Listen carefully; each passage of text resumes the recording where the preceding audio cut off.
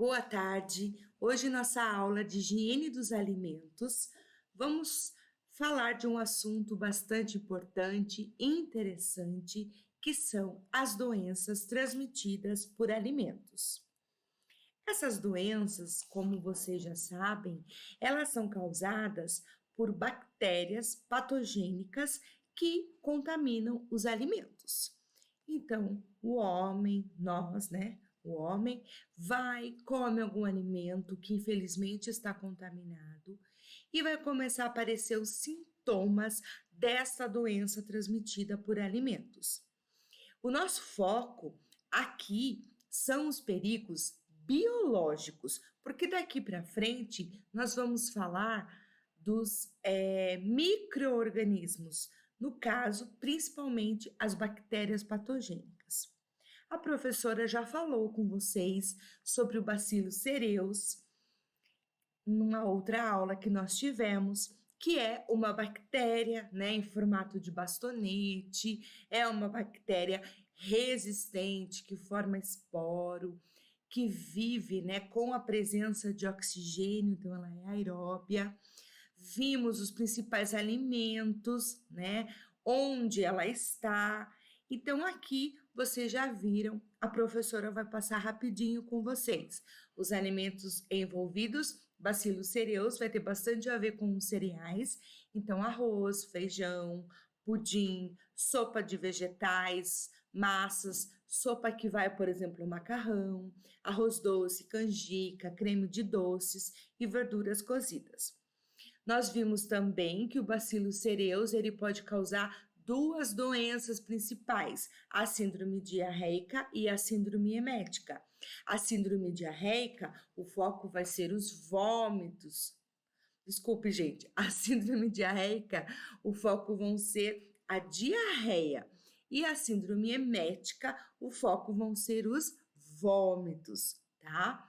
Bom, aqui, no caso do Bacillus cereus, como a gente já estudou, vale a pena, né? A gente só relembrar, só reafirmar as medidas preventivas e de controle, que é o aquecimento seguro, então fazer uma cocção segura, uma cocção acima de 60 graus. Se eu precisar reaquecer, fazer um reaquecimento seguro desse alimento, né? E principalmente, gente, evitar essa preparação com antecedência excessiva, né? E não tomar cuidado com essa antecedência. Foi isso que a gente falou muito bem na nossa aula. Por quê? O pré-preparo, ele é permitido? Sim, ele é permitido, ele é necessário. O problema é a antecedência com a qual eu faço esse pré-preparo, certo? E a questão de como esse pré-preparo fica, né? Ele vai ficar a temperatura ambiente ou eu já devo mantê-lo refrigerado? Bom, bactéria nova de hoje, né? Staphylococcus aureus. Olha como ela é bonita aí vista ao microscópio, né? Esse coccus, gente, essa finalização aí do nome dela, só uma curiosidade, é que ela tem esse formato de cocos. Então, parece bolinhas, na verdade, né? Parece um estilo cachinho de uva, tá? Por isso também ela tem essa denominação de Staphylococcus aureus. Staphylococcus aureus é uma bactéria que causa, gente, a intoxicação alimentar. Tá? Então, na verdade, ela vai produzir toxinas aqui dentro que vai acabar fazendo mal para a gente. Um pH dela ótimo de 6 a 7, uma atividade de água não tão alta, vocês percebem? 0,86 a 0,83. Anaeróbia facultativa.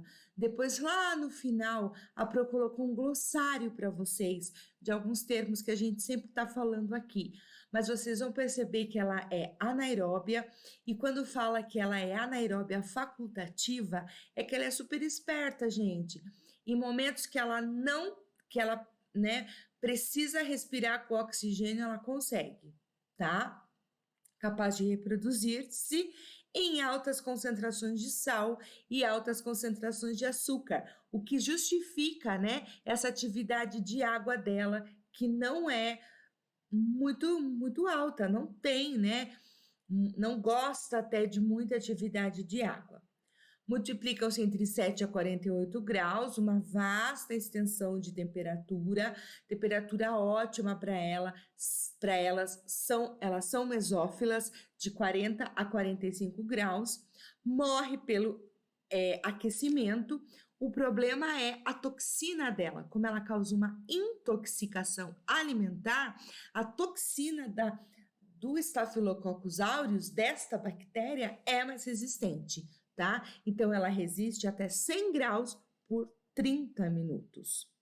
Bom, o problema, aonde está o Staphylococcus aureus? Olhe que sério.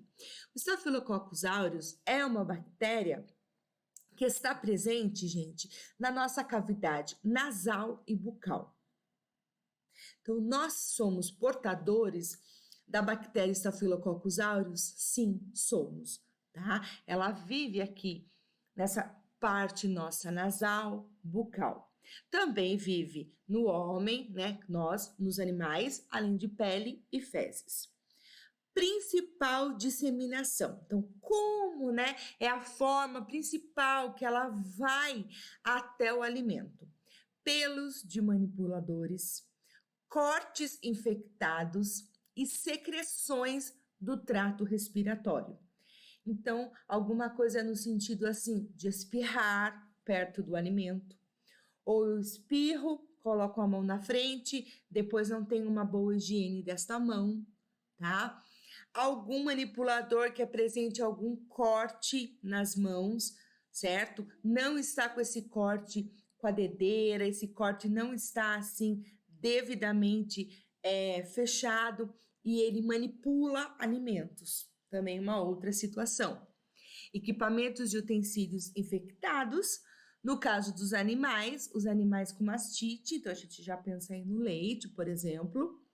Antisepsia inadequada das mãos, né? O exemplo que eu acabei de dar, a pessoa espirra, né? A pessoa coça o nariz, é uma coisa totalmente anti-higiênica, né? E depois não manipula, não vai manipular sem uma adequada antisepsia, desinfecção das mãos.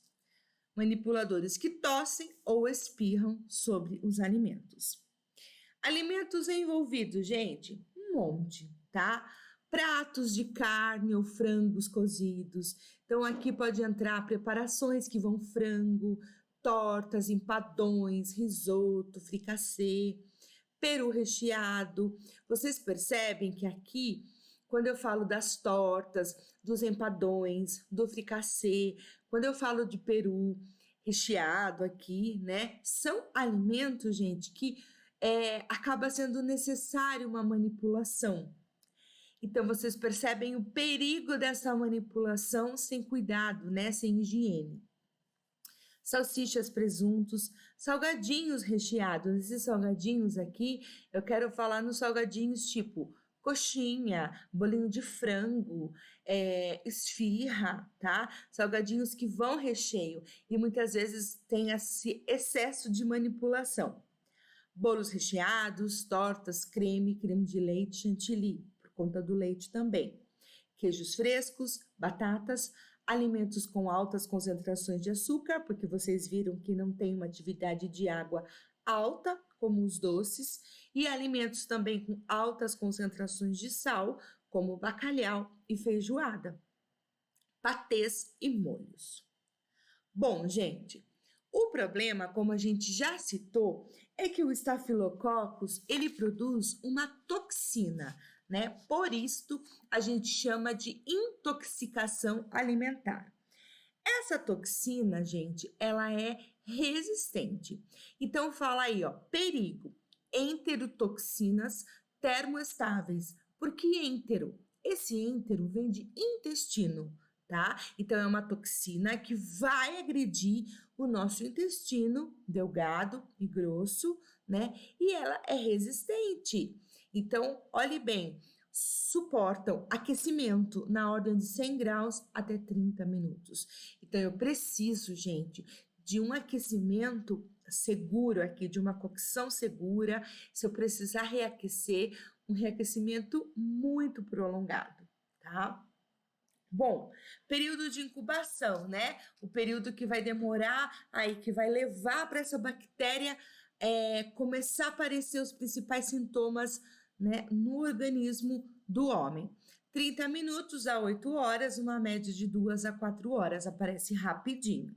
Sintomas: náuseas, vômito intenso, câimbras abdominais bem dolorosas, então aquelas cólicas dolorosas que a gente acaba tendo, tipo umas coxadas que o pessoal fala, né?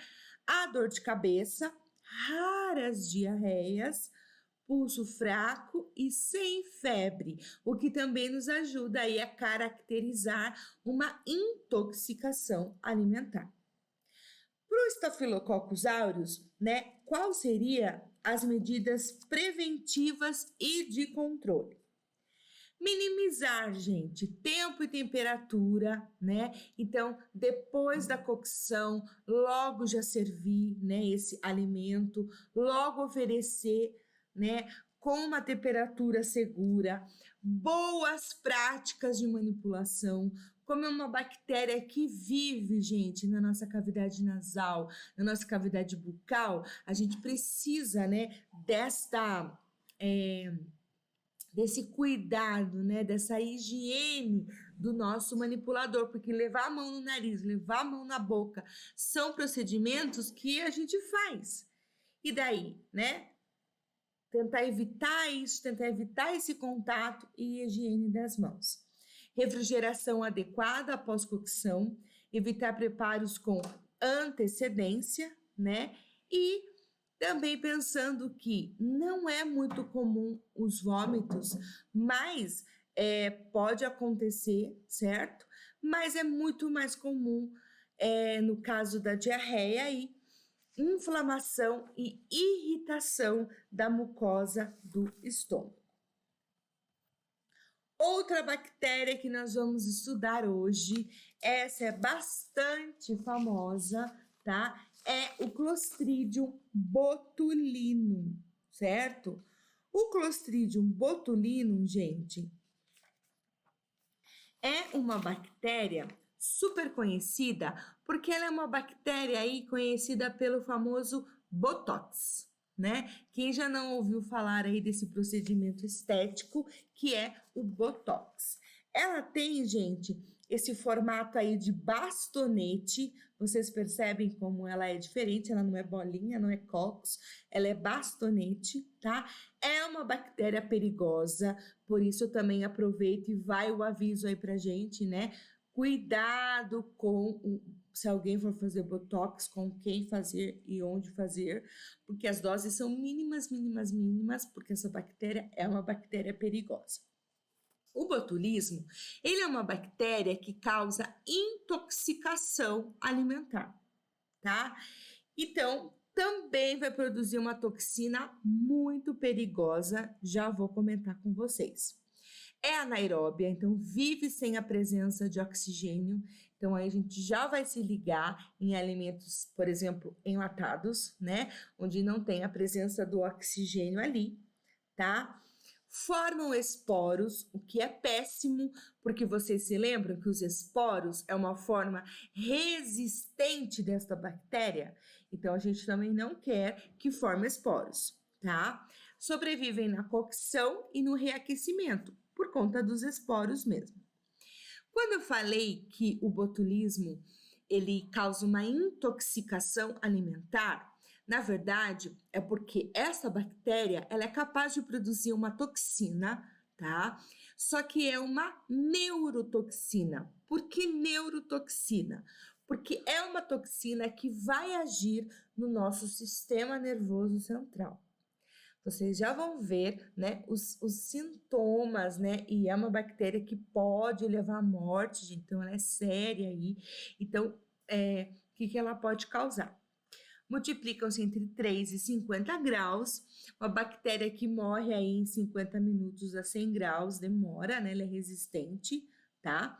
A sua toxina é inativada em 10 minutos a 100 graus.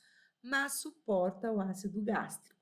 Então, você tem que ter muita garantia de que essa toxina, de que a minha cocção foi suficiente, porque se ficou, quando eu comer esse alimento e passar pelo estômago, né, ela vai resistir e vai chegar ao intestino.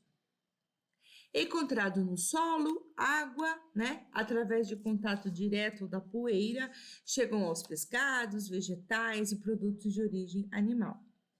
Problemas com alimentos enlatados, porque como ela é anaeróbia, ela vive super bem sem a presença de oxigênio, então ela vai estar bastante envolvida com conservas, teve muitos casos dela com palmito, né? Porque o vidro é fechado, ele não tem ar, mas é uma bactéria que não precisa de ar, tá? Embutidos fora da refrigeração e também contaminação cruzada, né? Que é um perigo aí. Bom, gente, alimentos envolvidos. Conservas caseiras, tá? Principalmente as conservas caseiras. Exemplos que eu vou falar para vocês, sabe? Picles, né? Pessoas que fazem essas conservas caseiras de legumes, né? Colocam no vidro, mas esse vidro ele não tem uma boa higienização, né? Não é hermeticamente fechado, né? Que é o mais importante aí, tá? Salada de batata, alho, mel. Só um detalhinho aqui, um parênteses com relação ao mel, tá? Isso justifica, gente, não oferecer mel para crianças menores de 2 anos, tá? É proibido, porque o mel pode conter a bactéria Clostridium botulinum. E se uma criança ela acaba sendo acometida por esta bactéria patogênica, ela pode não resistir, tá? Ela pode morrer. Então, só a partir de 2 anos oferecer mel para criança e saber muito bem a procedência desse mel, como que é esse apiário, tá? É muito complicado. Pescados frescos ou defumados, carnes, patês, bolos de frango. Bolos de frango é que muitos livros de microbiologia, eles foram traduzidos do inglês, né? Então a gente usa como referência esses livros, gente, quando a gente fala assim, bolos de frango, né? Parece estranho pra gente, mas vamos aqui entender como torta, tá? Saladas, palmitos e azeitonas. Olha as conservas aqui que eu comentei com vocês. Existem, gente, subtipos da bactéria, tá? Olha como é sério, tá? Mas é uma bactéria que produz a mais violenta toxina.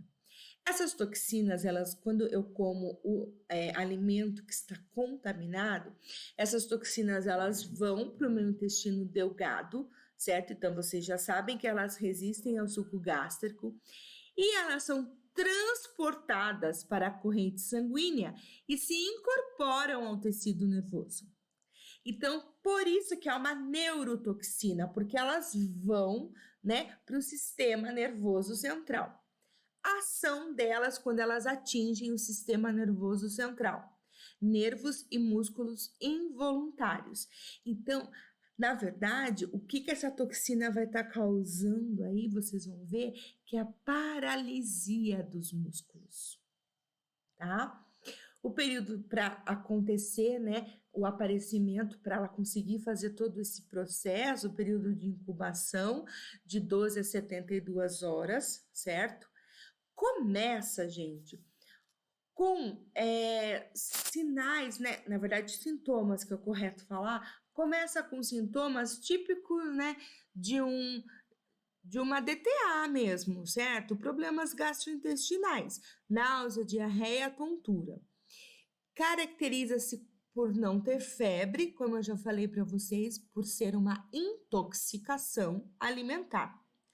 O problema é quando essa neurotoxina começa a se manifestar, tá? Quando ela começa a apontar os sintomas.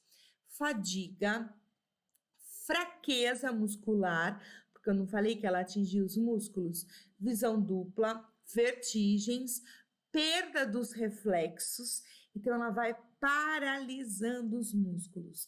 Dificuldade de deglutir ou de falar e paralisia respiratória e morte entre 3 a 5 dias, porque a pessoa morre por parada respiratória, tá? Existe uma forma, né, de conter a doença? Existe, gente, né? Existe, já foi descoberto, né, uma soroterapia para melhorar na verdade, para neutralizar, como está falando aí, a neurotoxina, tá? Então, na verdade, é um soro específico para parar, né, a ação dessa neurotoxina. O problema é quando ela não é descoberta, gente, rapidamente, tá? Aí que tá o grande problema. E também eles fazem a remoção através de lavagens intestinais para essa bactéria aí sair do organismo do homem. Medidas preventivas e de controle, né? Aquecimento a 80 graus por 30 minutos ou a 100 graus por 15 minutos. Então, ela precisa de temperaturas altas. Muito cuidado, gente, com as conservas, tá? Porque é uma bactéria anaeróbia que vive sem a presença do oxigênio. Então, cuidado com essas conservas. Nunca usar latas cujas tampas estiverem abauladas ou latas estufadas. Continuando, pessoal, a outra bactéria que nós vamos ver agora chama Clostridium perfringens. Clostridium perfringens. Essa bactéria, gente, ela é anaeróbia facultativa. Então, essas bactérias anaeróbias facultativas são bem assim, né, espertinhas, tá? Ela também é perigosa, por quê? Porque produz esporos. Então, vocês já sabem que toda vez que produz esporo, são bactérias resistentes, certo? pH ótimo entre 6 a 7,6. Multiplicam-se entre 15 a 50 graus, vocês começam a perceber que a maioria das bactérias, né, são mesófilas. Então, essa temperatura do meio, essa temperatura que elas ficam, né, essa espera, né, para serem refrigeradas ou para serem aquecidas, é muito perigoso. Morrendo em 20 minutos a 100 graus. Então, gente, sempre vocês percebem que está relacionado tempo e temperatura. Tempo e temperatura. Bom, os seus esporos estão no solo do intestino do homem e dos animais e podem chegar até os alimentos através de água, dos vegetais, porque está plantado neste solo, carnes cruas, né? E sujeiras mesmo. Resfriamento lento e prolongado de carnes cozidas e molhos. Então, tomar cuidado, gente, com essa demora, né, para resfriar carnes e molhos. Então, aquilo que a gente sempre fala, né? Ai, deixa aí a temperatura ambiente, né? Deixa tranquilo aí. Depois põe para resfriar.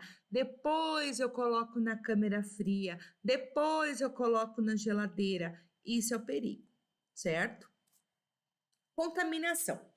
Acontece quando ocorre um resfriamento lento e prolongado de carnes e molhos que ficam em cozinhas quentes, que a gente acabou de falar. Os esporos, como é uma bactéria, né, que produz esporos, isso é ruim, certo? Os esporos, eles sobrevivem ao calor da cocção até cerca de 5 horas, quando brotam e passam à forma vegetativa. Então, vocês percebem o perigo aí? Esses esporos, eles sobrevivem, gente. Eles podem ficar ali, né, até cerca de 5 horas e depois disso eles começam a voltar, né, que a gente fala, à forma vegetativa. Então, eles começam de novo a se multiplicar, tá? Formam toxinas e intensificam a intoxicação, quer dizer, pioram, né? Porque é uma intoxicação alimentar. Alimentos envolvidos, feijoadas, vegetais cozidos, molhos, carnes assadas, aves assadas e alimentos transportados. Então, vocês percebem que, com relação ao Clostridium perfringens, né, essa questão de o alimento que está pronto, que passou pela cocção, ele ficar muito tempo, né, antes, antes de ser refrigerado, certo? Olhe bem, alimentos que sofreram cocção e ficaram mantidos à temperatura de crescimento da bactéria por muito tempo. Então, eu não tomei uma providência, eu não refrigerei, eu não manti ele quente, né? Que eu posso manter ele no fogo baixo, ou simplesmente, gente, preparar, servir logo, tá pronto? Vou servir. Por isso que está muito relacionado também ao perigo das refeições transportadas, porque como que se dá esse transporte, né? Ele acontece, por exemplo, naquelas caixas, naqueles hot box que a gente chama, térmicas, nos latões térmicos, será? Né? Então, nesse transporte, esse tempo de transporte, então tudo isso tem a ver com o Clostridium perfringens. Quadro clínico da doença. Período de incubação, 8 a 22 horas, então é rapidinho, né? Em menos de 24 horas aí já aparece, certo? A recuperação também é rápida, de 12 a 24 horas, então nem se compara, né, ao perigo que eu falei para vocês do Clostridium botulinum, que é aquele mais perigosão. Sintomas: náuseas, raramente vômitos, cólicas abdominais e diarreia. Então, vocês percebem que é uma toxina que vai afetar muito, né, intestino. Então, não dá muita náusea, mas dá diarreia e dor. Sem febre, porque é uma intoxicação alimentar. Como medidas preventivas e medidas de controle, né? O que fazer? Bom, estocagem rápida e resfriamento rápido na preparação. Então, sem muita espera, tá? Menos de 10 graus, que é uma temperatura, por exemplo, de geladeira, dentro de 2 a 3 horas. Se eu precisar que esse alimento, né, se ele vai ser ingerido quente, manter o calor. Então, manter a temperatura, né, de 60 graus para mais. Isso é um cuidado que vocês vão ver que nós precisamos ter com os balcões térmicos. Ver se a temperatura dele está legal, né? E manter essa temperatura segura. Reaquecimento, ter certeza de que no meio do alimento, né, que nós chamamos de centro geométrico do alimento, eu consegui atingir uma temperatura também segura de cocção. Vocês já perceberam, às vezes, quando vai fazer um reaquecimento de um alimento que já está pronto, gente, ele, bem no meio ele está frio, ele está geladinho? Isso é um perigo. Tá? Então, pede esse reaquecimento interno aí de 74 graus. Não manter os alimentos à temperatura ambiente, porque vocês sabem que é uma temperatura perigosa. Evitar a contaminação cruzada e a higiene pessoal. Tá? Apesar de ela ser mais tranquila, é também uma bactéria, né, que causa intoxicação alimentar. Uma bactéria famosíssima, né, que vocês com certeza já ouviram por aí, é a salmonela. Esse SP que está aqui significa as espécies de salmonela. Porque hoje em dia sabe-se que não tem só um tipo de salmonela, tá? Elas vão se modificando, elas vão ficando mais resistentes. As bactérias também têm esse processo aí, né, de evolução, de acabar fazendo algumas modificações para elas se tornarem mais resistentes. A salmonela, gente, é uma doença super conhecida, né? Ela causa pra gente a salmonelose. Então, vamos conhecer um pouquinho esta bactéria, tá? Ela é anaeróbia facultativa, então também super esperta, ela consegue ter momentos que ela vive, né, com a presença de oxigênio e sem. Não produz esporos, então vocês percebem que ela não vai ser tão difícil, galera, de destruir, elas não possuem esporos.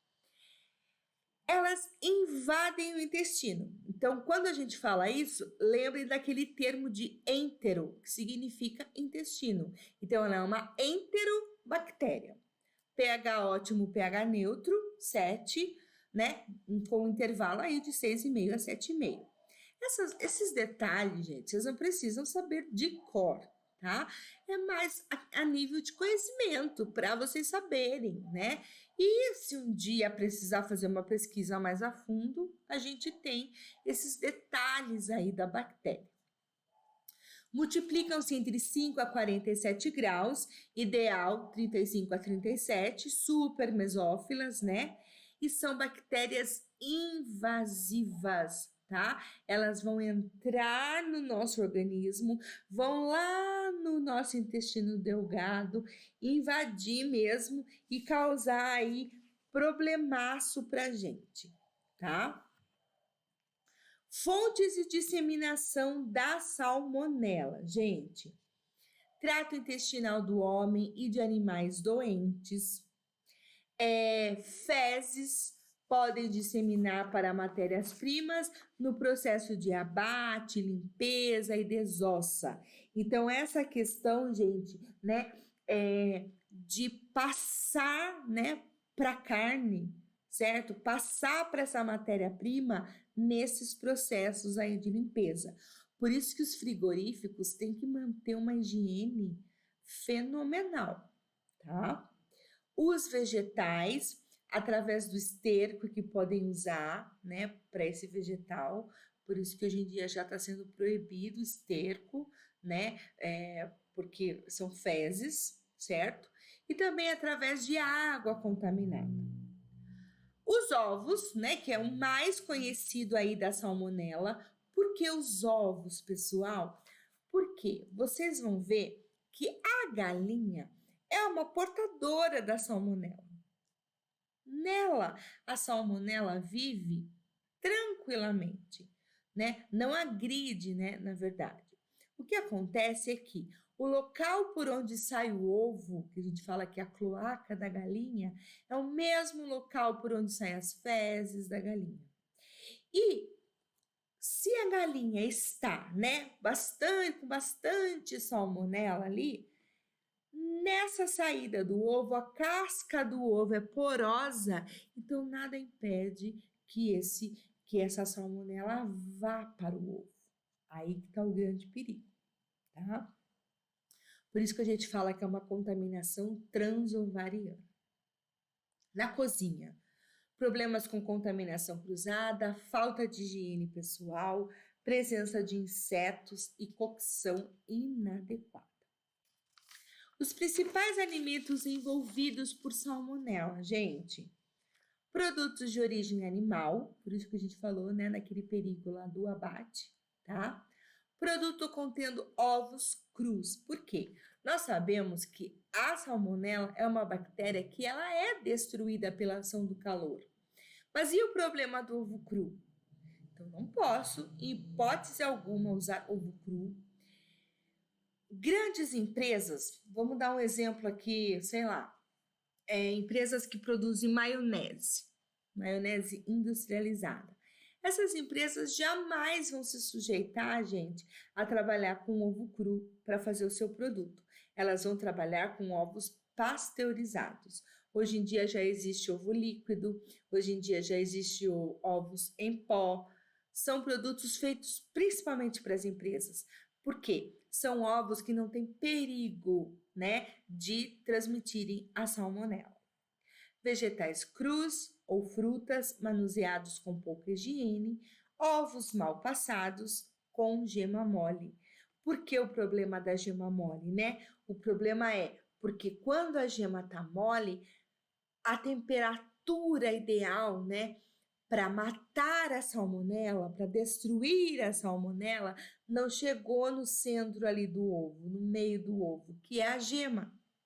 Se este ovo é um ovo que está contaminado com salmonela, que não dá para eu saber, esse tá, esse não tá, esse tá, bem que a gente queria, né?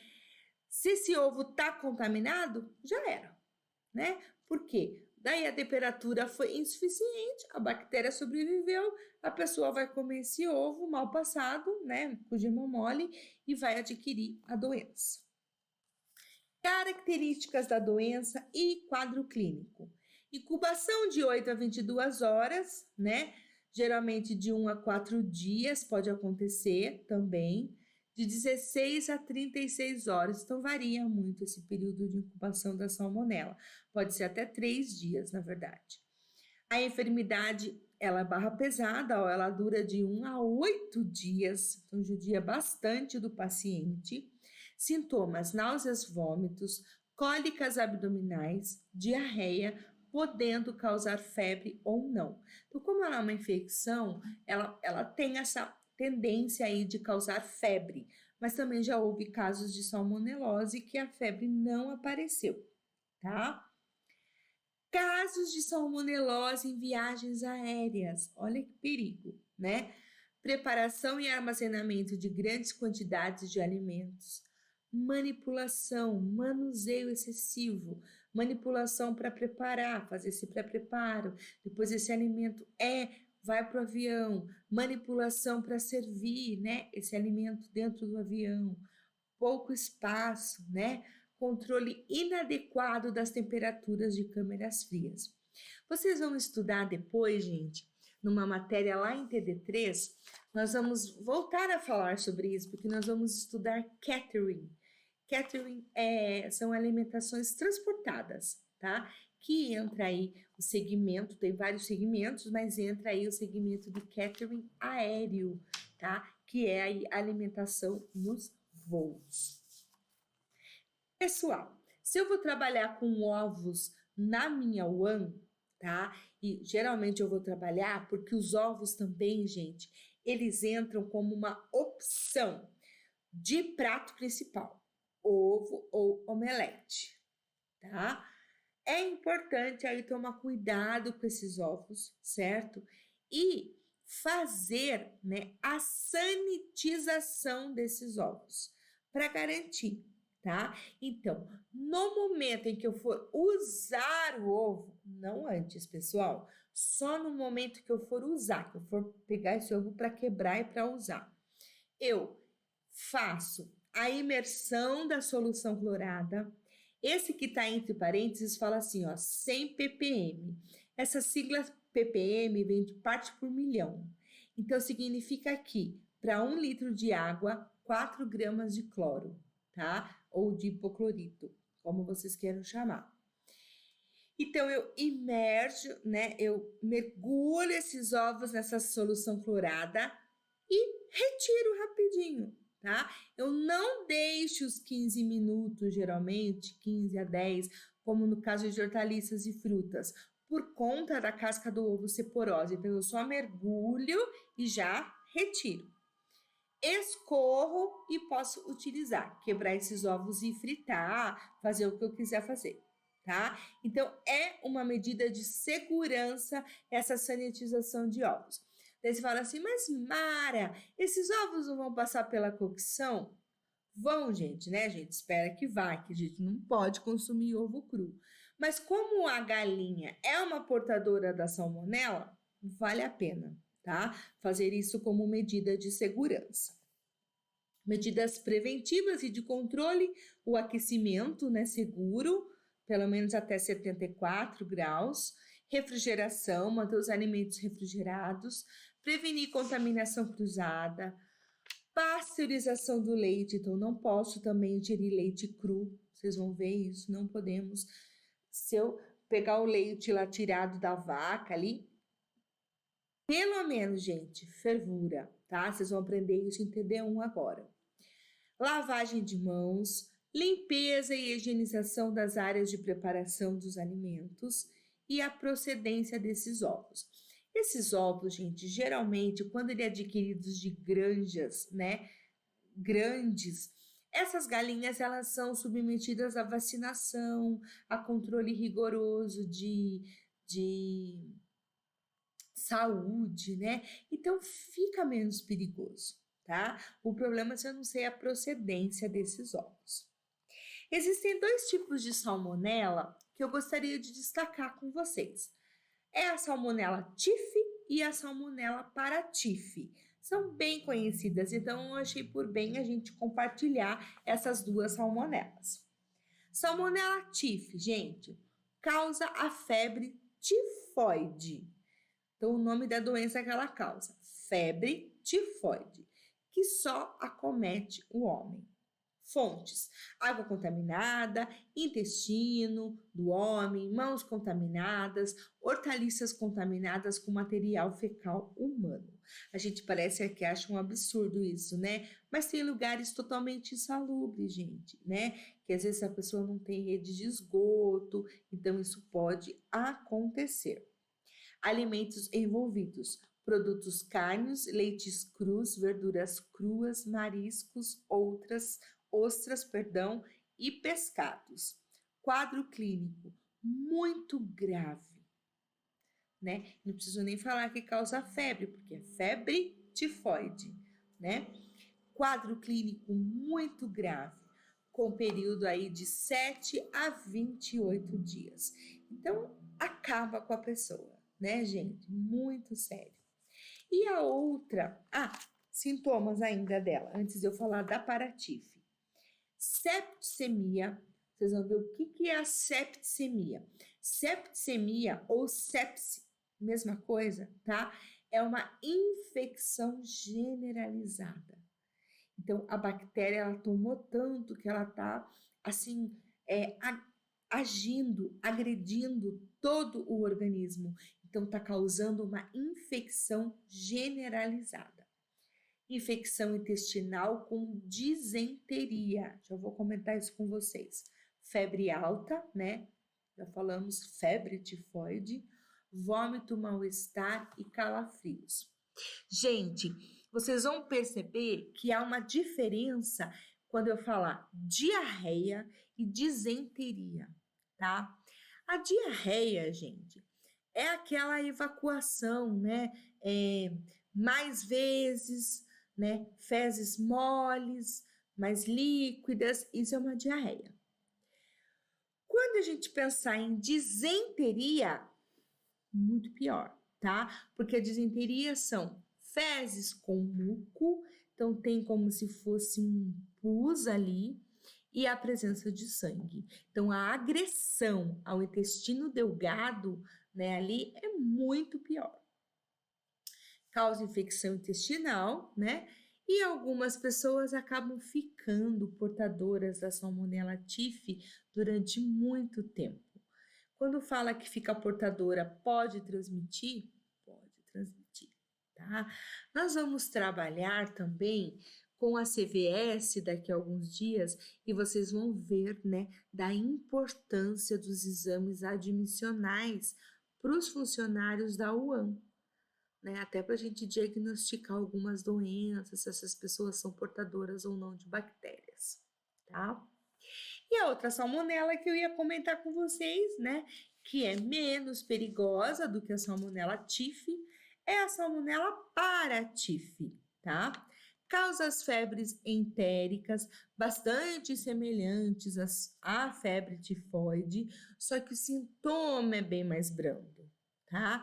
Durabilidade menor também, no máximo 3 semanas, a outra vocês viram quase um mês, certo? E alimentos envolvidos também bastante parecidos: leite cru, vegetais crus, mariscos e ovos. Então vocês começam a perceber que são espécies que vão variando da salmonela, né? E como isso é perigoso, gente, porque cada vez mais elas vão se tornando mais e mais resistentes. A prova já está acabando, tá? Vamos falar de mais 2 bactérias só. Mais bactérias importantes que eu também preciso falar. Escherichia coli, tá? Também conhecida como E. coli, tá? Ela tem esse formatinho que vocês estão vendo aí de bastonetes, né? É uma bactéria, assim, triste também, certo? Não é tão perigosa, porque não produz esporos, isso já é um ponto legal pra gente, né? pH ótimo entre 6 a 8, temperatura também mesófila, ó, 38 graus, mas agora uma parte horrorosa aí dessa bactéria. Essa bactéria, ela pertence ao grupo dos coliformes fecais. Isso mesmo. Então, a presença dessa bactéria em qualquer lugar, qualquer alimento, indica contaminação fecal, tá? Isso que é muito horrível, né? A gente pensar nisso. Então, a E. coli, ela está presente, né, no intestino do homem, certo? No trato intestinal do homem. Então, ela também pode vir ao alimento pela contaminação cruzada, pela cocção inadequada, por utensílios que não foram bem limpos e principalmente, gente, olha que horror, por mãos de manipuladores mal higienizadas, manipuladores que utilizaram o banheiro, né, não higienizou a mão e foi manipular comida, certo? Alimentos envolvidos, todos esses, né, também ligado a alimentos que tem manipulação, certo? Água, hortaliças que estão contaminados por esta água, carnes, vísceras de animais, verduras e legumes crus ou mal cozidos, salada de maionese, purê de batata, massas frescas, sobremesas, leites e queijos. Tem 3 variações da E. coli, gente, ela pode ser bastante perigosa, tá? E eu vou comentar essas 3 variações com vocês rapidamente. A primeira chama de EPEC, a sigla EPEC, E. coli enteropatogênica ou enteroinvasivas. Também pode ser E. coli enteroinvasoras. Então, vocês percebem, toda vez que tem essa palavrinha entero, vai significar intestino. Então, elas invadem o intestino, tá? Olhem bem. Penetram a mucosa intestinal, provocando lesões, causando gastroenterites agudas, cólicas intestinais, tenesmo, já vou comentar, diarreia aquosa e sanguinolenta, além de vômitos, febre e calafrios. Então, é uma infecção intestinal, só que a bactéria é uma bactéria que vai invadir o meu intestino. Quando fala tenesmos, gente, é aquela vontade de a pessoa evacuar ou urinar todo instante. Às vezes nem tem o que evacuar e nem urinar, mas o corpo fica mandando aquela vontade, né? Então é muito sério.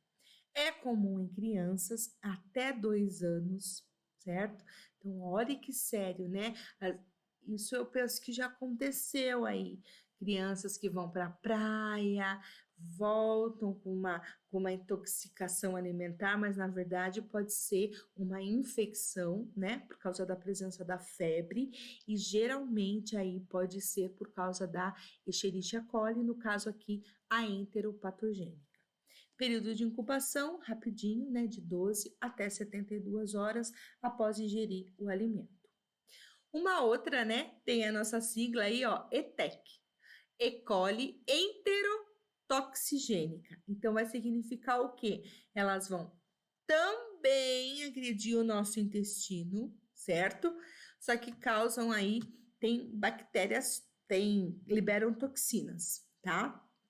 Essa bactéria aí, E. coli enterotoxigênica, é também conhecida como diarreia do viajante, certo? Elas liberam uma toxina que aderem às células epiteliais.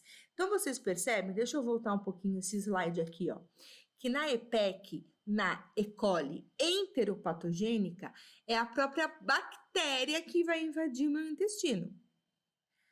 Na E. coli enterotoxigênica, não é que a bactéria vai invadir o meu intestino, mas sim a toxina que ela produz que vai invadir o meu intestino, tá?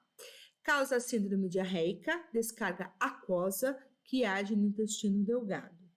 Incubação 8 a 72 horas, com diarreia, vômito, cólica, náuseas e sem febre, porque aqui é a toxina dela, tá? Então, detalhe que a outra tinha febre, essa não tinha febre. Medidas preventivas, água potável, né? Muita ênfase na higiene pessoal e individual, aquecimento alto, né? A 100 graus por 30 minutos, cuidado com contaminação cruzada e controle de tempo e temperatura. E, né, acredito aí que uma, né, das piores da Escherichia coli é a E. coli enterohemorrágica, pela sigla EHEC. Produz toxinas, causando quadro clínico grave. Então, é chamado aí de colite hemorrágica. Vamos entender esse nome colite hemorrágica. Esse col aí, né, vem de cólon, tá? Que é a parte final do intestino grosso. Vocês devem ter visto isso lá em DH, em anatomia. Tem o cólon ascendente, transverso, descendente e sigmoide. São as partes do intestino grosso. It, tudo que termina em it é inflamação. Então, colite, uma inflamação do cólon, lá do intestino grosso. Hemorrágica, porque vai ter a presença de sangue.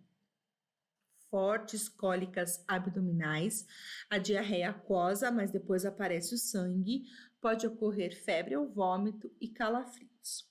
A doença é autolimitada durante 8 dias. O problema é que algumas pessoas que têm a colite, né, hemorrágica podem desenvolver um problema renal, podem desenvolver síndrome urêmica hidrolítica. Ou seja, 15% das pessoas podem ficar com problemas de insuficiência renal, né? Um comprometimento permanente da função renal.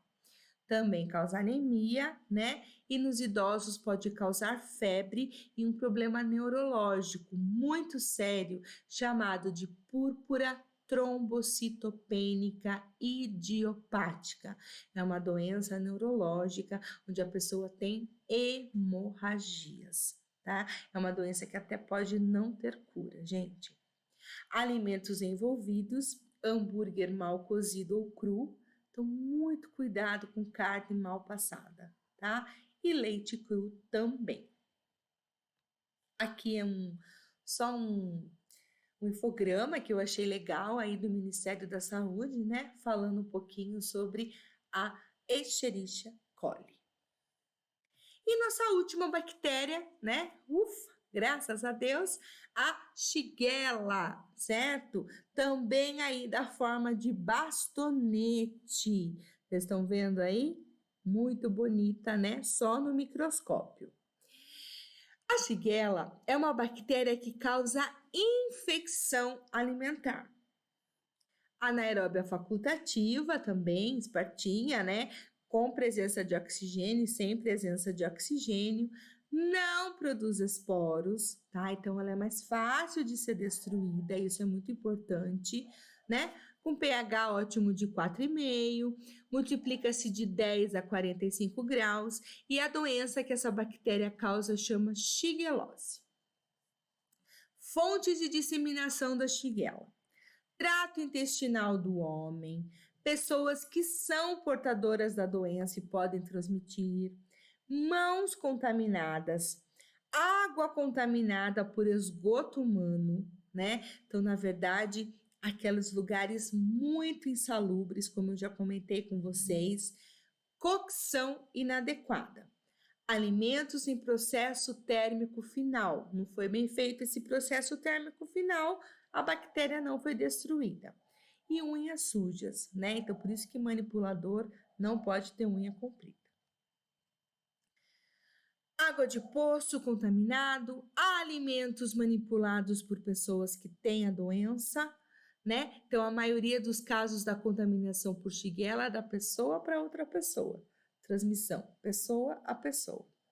É uma doença super associada a falhas de higiene pessoal e condições sanitárias deficientes. Então, quando a gente fala, gente, da importância do treinamento dentro de uma UAN com relação à higiene pessoal, meu Deus, isso é infinito, isso não tem fim, não tem como parar, né? É só treinar, treinar, treinar, falar, falar, falar, nem 1000 vezes as mesmas coisas. A incubação de 12 a 72 horas, o quadro clínico, olha, bastante até 7 dias, né? De 3 a 7 dias, uma semana. Infecção intestinal, disenteria, aquela com sangue, lembra? Pus, sangue, desidratação, né? Febre, uma infecção alimentar, cólicas abdominais e vômitos. Medidas de controle, evitar a contaminação aí do abastecimento de água, então principalmente poços, gente, né? Então a procedência da água de uma cozinha tem que ser assim super garantida, tá? Boas práticas de higiene pessoal e controle de insetos. Como nós falamos que ela não forma esporos, pessoal, ela é tranquila de se destruir, certo? Olha aí, 60 graus por 15 minutos. Então, nem preciso tanto de altas temperaturas. Deixei para vocês, finalizando aqui, um glossário, né?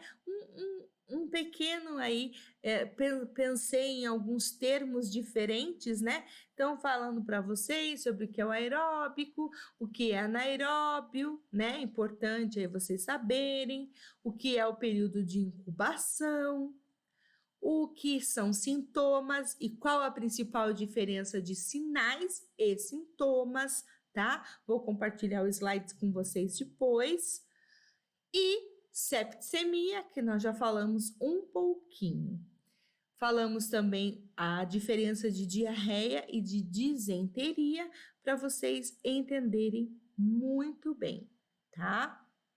Tenesmo, que eu também comentei com vocês, né, que é um termo que aparece aí nos nossos slides para vocês compreenderem. Bom, galera, espero que vocês tenham gostado da nossa aula sobre as bactérias, sobre as doenças transmitidas por alimentos. Parece que confunde um pouco, né, uma bactéria com a outra aí, mas é mesmo para vocês conhecerem, para vocês terem um material de pesquisa, para vocês verem a importância da procedência dos alimentos, a importância da higiene pessoal, a importância do treinamento, né, dentro das UANs. E cada dia mais, gente, nós ficarmos mais seletivos, mais preocupados, né? De onde comer, não comer qualquer coisa, de conhecer o nosso fornecedor. Então, essa é a principal intenção de vocês, como futuros técnicos, conhecerem, né, as bactérias que causam as DTAs. Um beijo para vocês, até a nossa próxima aula e fiquem com Deus.